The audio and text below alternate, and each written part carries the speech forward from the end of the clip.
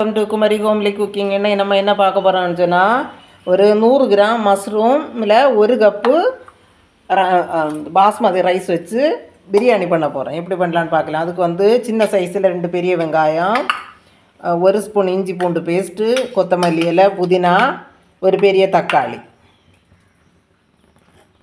பட்டை, கிராம்பு, 3 பச்சை மிளகாய். இனி எப்படி பண்ணுறதுன்னு பார்க்கலாம். இப்போ ஒரு கடாயில் அடுப்பில் வச்சுட்டு தண்ணி விட்டு கொதிச்சாச்சு. இனி இந்த ரைஸை போட்டு வேக வச்சிடலாம்.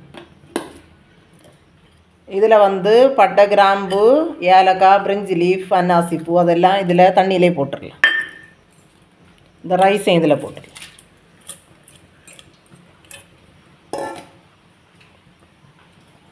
இந்த தண்ணியில் கொஞ்சமாக மல்லி இலை, கொஞ்சமாக புதினா, இவ்வளோ போட்டு ஒரு பாதி குக் பண்ணி எடுத்துடலாம். இப்போ ரைஸு பாதி குக் ஆயாச்சு. இதில் ரைஸுக்கு தேவையான உப்பை போட்டுடலாம். இப்போ ரைஸை ஃபில்டர் பண்ணி எடுத்துடலாம். நம்ம பிரியாணி ரெடி பண்ணலாம். 1 ஸ்பூன் நெய், 1 ஸ்பூன் ஆயில் சூடாயாச்சு.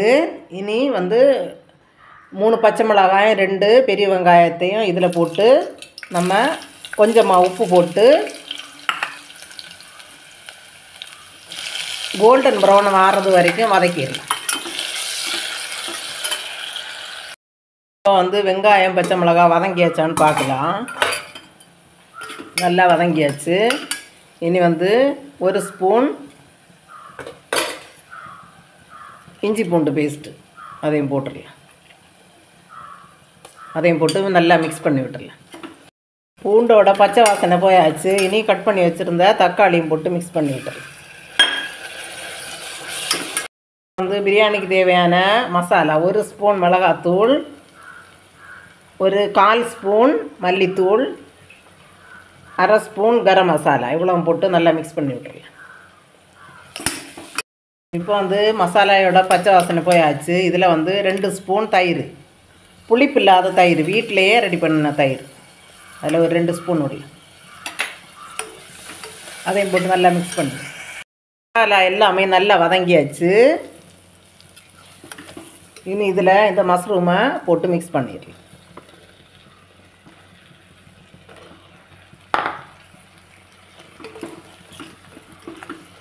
மஷ்ரூம் நல்லா மிக்ஸ் பண்ணியாச்சு. இனி இதில் கொஞ்சம் உப்பு கம்மியாக இருக்குது, உப்பு கூட போட்டுடலாம். ரைஸில் நம்ம ஏற்கனவே போட்டிருக்கோம் வேக வைக்கும்போது. இதையும் போட்டு நல்லா மிக்ஸ் பண்ணி விட்டுடலாம்.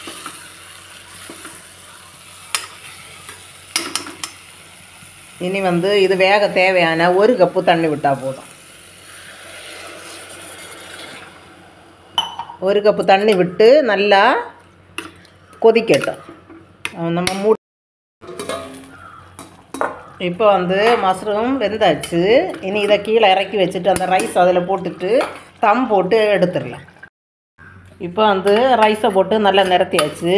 இதில் 1 ஸ்பூன் கூட நெய் விட்டுட்டு நம்ம தோசை கல் சூடு பண்ண வச்சுருக்கேன். அதுக்கு மேலே வச்சுட்டா 10 நிமிஷம் ஆனால் ரெடி ஆகிடும். அந்த குக்கரில் ரைஸை போட்டு மூடி வச்சு தம் போட்டிருக்கேன். கீழே தோசை கல் சூடை பண்ண வச்சுருக்கு. மேலே சூடு தண்ணி, நல்லா கொதிச்ச சூடு தண்ணி மேலே வச்சுருக்கு.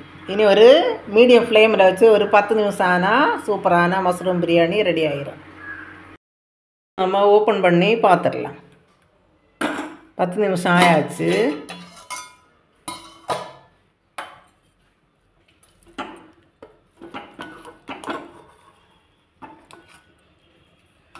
நல்ல சூப்பராக ரெடி ஆகிருக்கு.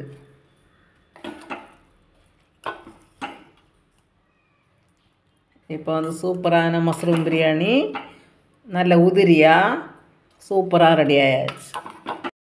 இப்போ நல்ல சூப்பரான நல்ல உதிரியான மஷ்ரூம் பிரியாணி ரெடி ஆயாச்சு. சாப்பிட ரொம்பவே டேஸ்ட்டாக இருக்கும். எல்லோரும் வீட்டில் ட்ரை பண்ணி பார்த்துட்டு எப்படி இருக்குன்னு கமெண்ட் பண்ணுங்கள். பிடிச்சிருந்தா லைக் பண்ணுங்கள், ஷேர் பண்ணுங்கள், சப்ஸ்கிரைப் பண்ணுங்கள். தேங்க்யூ.